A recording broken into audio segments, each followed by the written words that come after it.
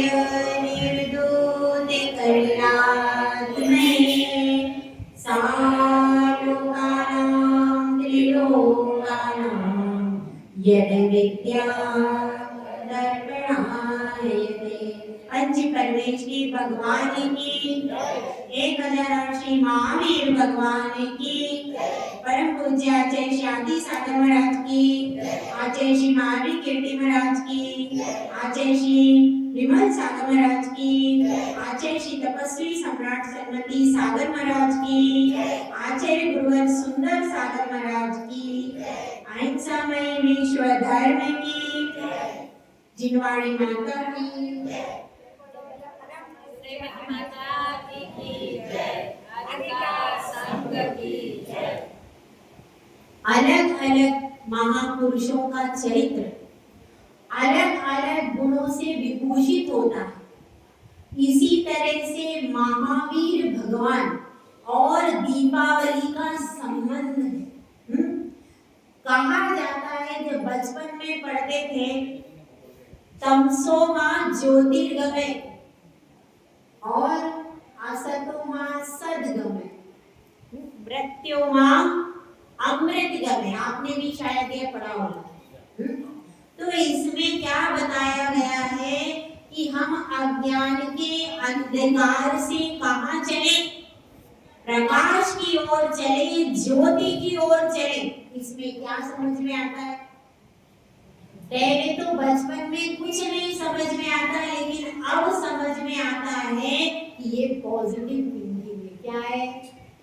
Positive thinking है कि अज्ञान का अंधेरा किसके जीवन में नहीं होता। हर व्यक्ति के जीवन में, हमारे जीवन में भी अभी क्या है? अज्ञान का अंधेरा है। तो अज्ञान का अंधेरा किसके जीवन में नहीं होता, लेकिन उस अज्ञान के अंधेरे से ज्योति की ओर कैसे चलेंगे? तो अज्ञान के अंधेरे से लड़ो, साहस रखो, और प्रतिदिन जो अज्ञान के अंधेरे से लड़ता है वह एक दिन अपने हृदय में केवल ज्ञान का दीपक जला लेता है। ऐसे ही अज्ञान दिव्य से लड़ने वाले हमारे वीर योद्धा 23 तीर्थंकर जब हो गए, तब माता त्रिशला ने सोचा, माता त्रिशला के महान पुण्य का उदय, क्योंकि तीर्थंकर की जो माता बनती है उसका पूर्व का पुण्य का उदय होता है। महापुरुषों की माता बनने का सौभाग्य ऐसे वैसे भी मिल जाता है, ऐसे वैसे व्यक्ति को नहीं मिलता। बहुत करोड़ों भव का पुण्य होता है, तब जाकर के कोई तीर्थंकर जैसे महापुरुष की माता बनने का सौभाग्य अर्जित करता है। लेकिन उसके पहले की भी बहुत सारी कहानी है उनकी। किसकी?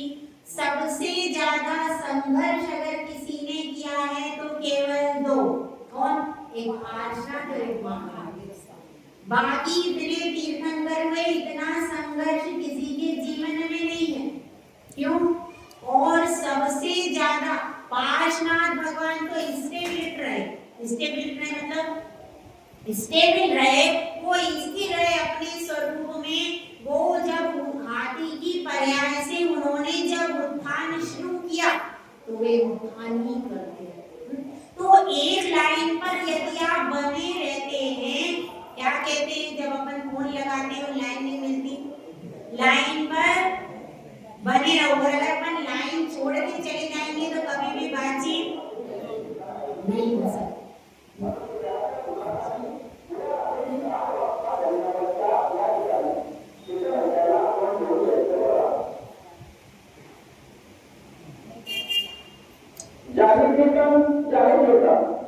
कुटुंबात आपण सर्वांना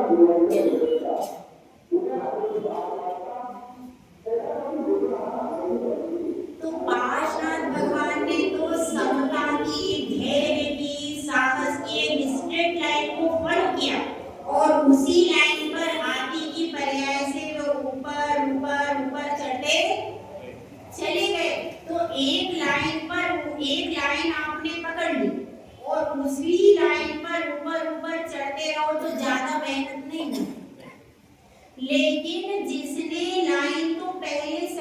पकड़ी थी कब, जब वे पुरुरवा की पर्याय में थे, तब उन्होंने लाइन पकड़ी, 12 व्रत लिए, 12 व्रत लेकर के उन्होंने साधना भी अच्छी की और व्रतों को पालन करते हुए मरण समाधि मरण किया और उसी से वे कौन बन गए, भरत के पुत्र मरीचि।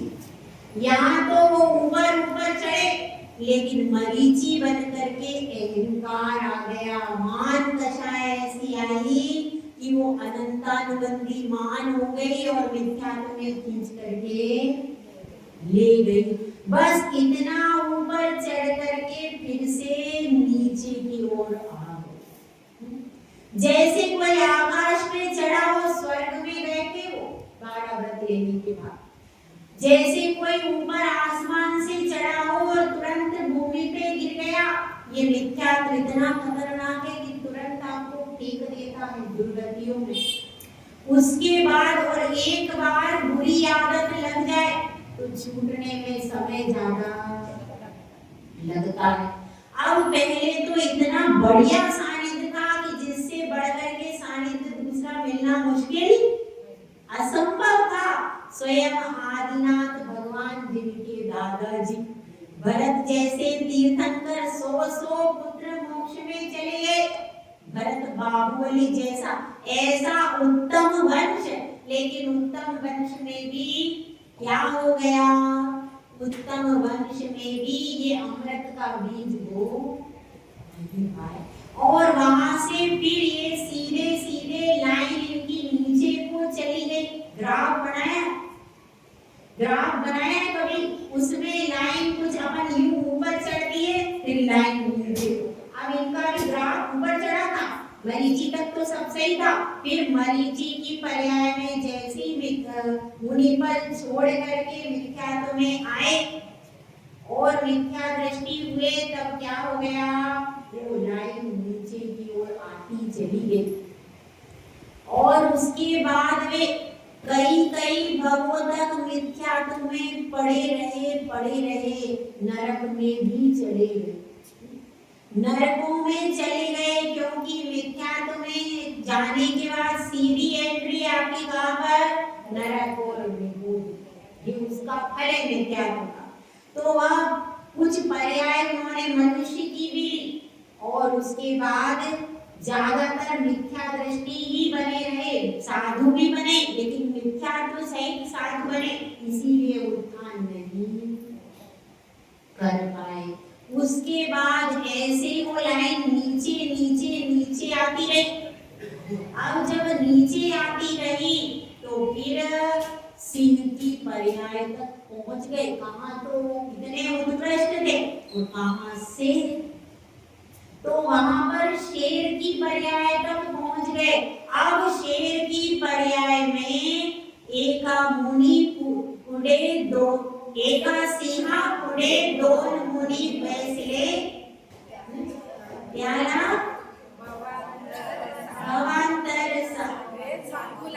सांगू लागले। हाँ, वो मेरे को पहले पट्टन में चतुर्मास किया था तो ये भजन गाते थे, सो मुझको 2 लाइन याद रही। त्याला भवंतर सारे सांगू लागले, यही है ना। तो एका सिंहा मुनि दोन मुनि बसले। अब वो एक तो शेर था, उसके सामने कितने मुनि बैठे और उसको भवांतर पूरी जब उनने कहने लगे तो आंखों से आंसू बहने लगे। अब वह जो नीचे लाइन जा रही थी वो भावों में विशुद्धि कैसे बनी, वह सिर्फ पश्चाताप कर रहा है, मुंह से तो बोल नहीं सकता, प्रतिक्रमण नहीं कर सकता। ओ मैंने कितने पाप किए, आंखों से झरझर आंसू गिरे। अब उसके आंसुओं ने ऊपर की दिशा पकड़ ली। फिर उसी ने 12 व्रत फिर ले लिए। अब कितना कठिन था लेना, एक बार भीम की पर्याय में भी सरल है, पर शेर के लिए बहुत कठिन है। तो अपन त्रियंश की पर्याय में लेंगे, कब लेंगे भैया अपन कुसुमा वाले हैं, कब लेंगे? उसमें सरल है, उसमें देखो रोटी बनानी नहीं पड़ती है, कुएं का पानी लाना नहीं पड़ता है, कुछ करना नहीं पड़ता। सोले, हाँ सोले का भी, वो तो सोले में ही रहता है उसी का। तो अच्छा है, अच्छा नहीं है, उसी को भोजन ही नहीं मिला, उसको कौन शुद्ध भोजन कराता?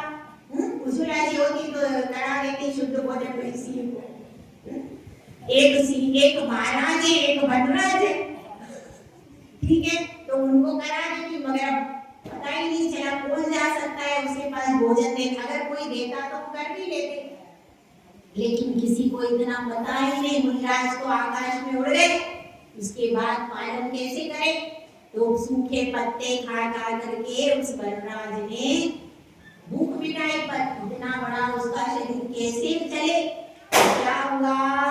उनका मरण हो गया, लेकिन व्रत नहीं तोड़े। और हम हो तो एक समय का रात्रि भोजन, बाहर की छूट, दवाई की छूट, शादी ब्याह की छूट, सारी छूट, उसने सीधे छूट क्यों नहीं ली?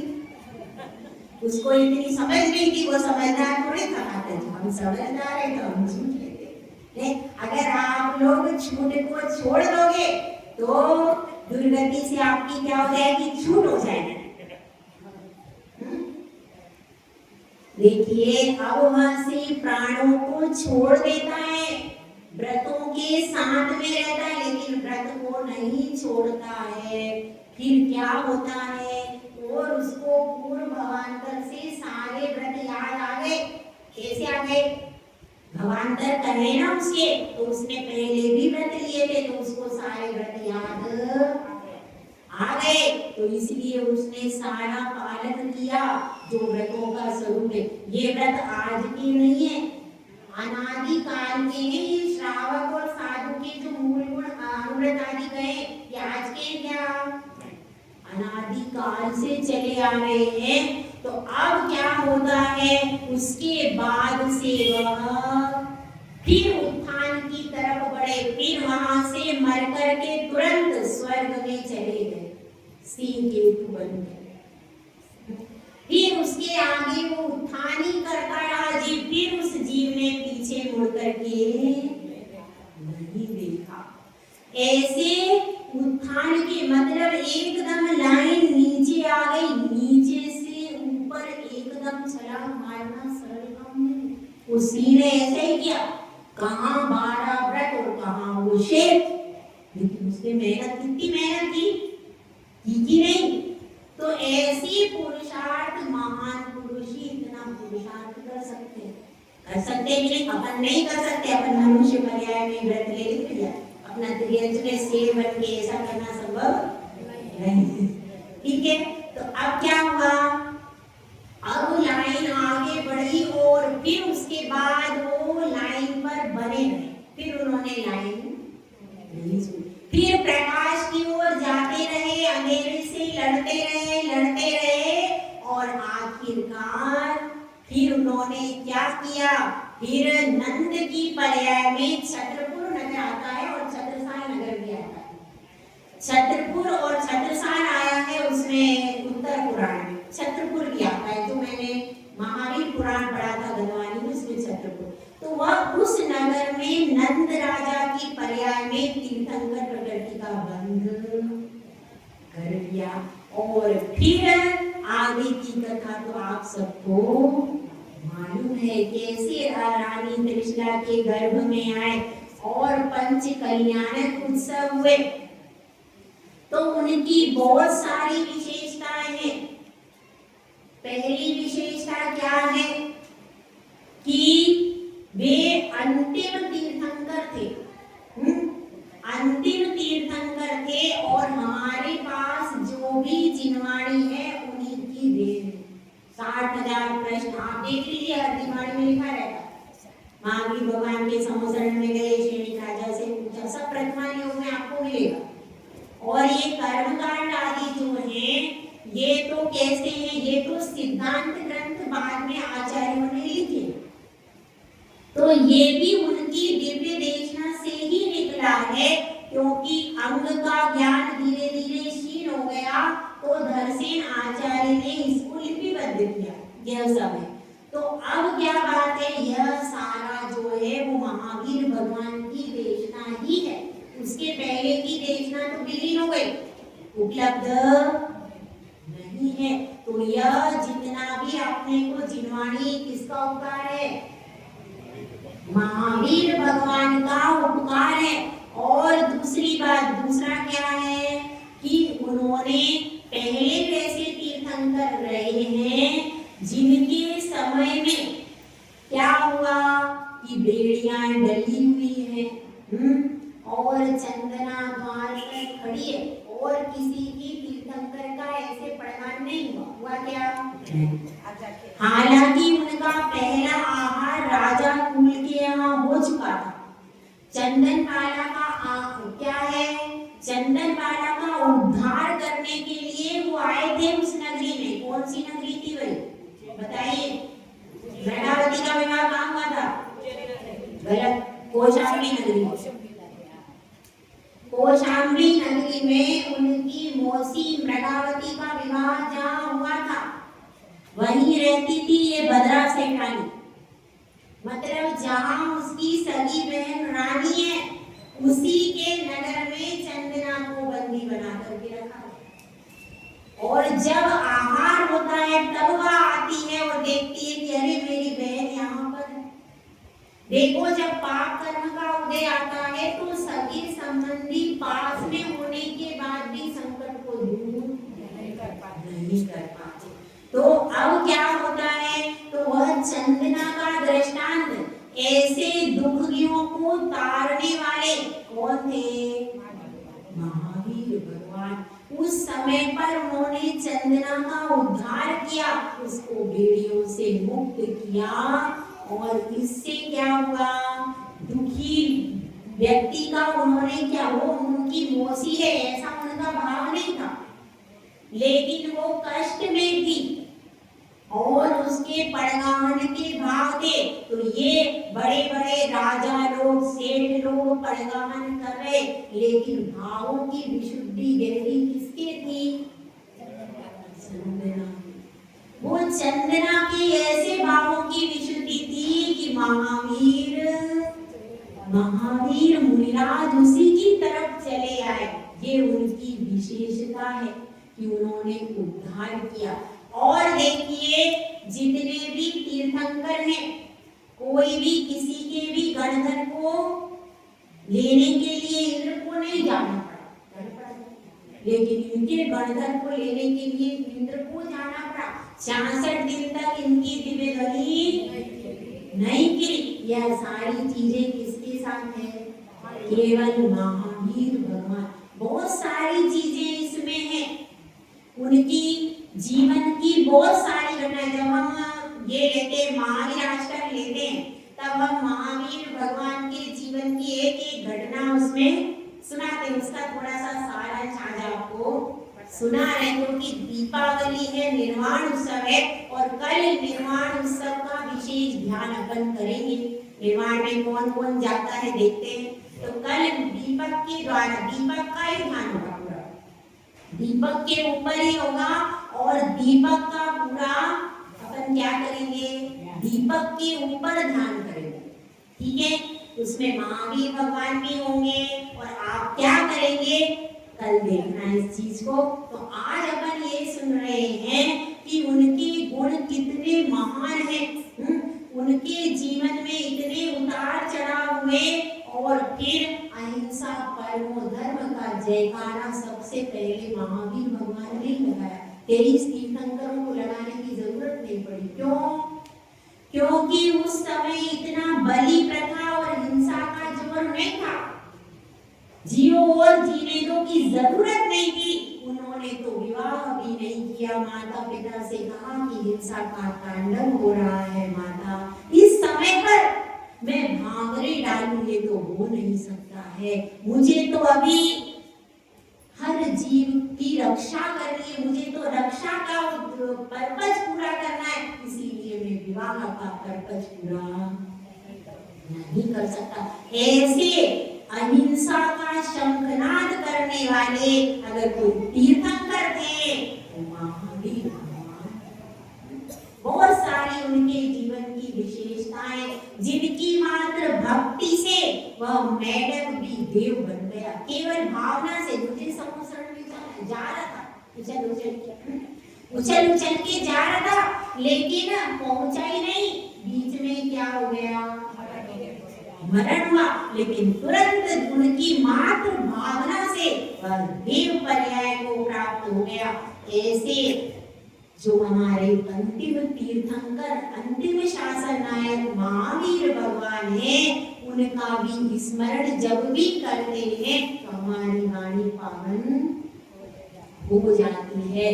तो नित्य प्रति जिनका स्मरण करने योग्य है, जो गुणों में महान है और शक्ति में महान है, जिनके अंदर अनंत ज्ञान की ज्योति जली है और उसी और मोक्ष जाकर के जिन्होंने क्या कर लिया, निर्वाण पद को प्राप्त कर लिया, उसी निर्वाण के उत्सव के लिए हम सब दीपक जलाते हैं। तो कल सबको आरतियां सजा करके लाने हैं। कल आरती प्रतियोगिता होगी। कल अपने अपने दीप या अपनी आरती व्यवस्थित सब लोग, इतना अच्छा यहाँ पर दीपक का, जैसे कि वो लाइट बंद करके किया था ना अपन ने, कब किया था 10 लक्षण में, सारी लाइट्स ऑफ कर दी थी और फिर अपने अपने अपने दीप जला करके आरती की थी। ऐसे ही अपन कल भी आरती करेंगे तो सब लोग अपने अपने दीप डेकोरेट करके लाएंगे। अपन सब दीपावली के अवसर पर दीप जलाएंगे और भावना भाएंगे, ध्यान करेंगे पहले, उसके बाद क्या करेंगे, आरती प्रतियोगिता में अपना अपना दीपक जला करके डेकोरेट करके लाएंगे और भगवान के चरणों में उसको चढ़ाएंगे। ठीक है, अभी बच्चों को पुरस्कार देना है बाद में।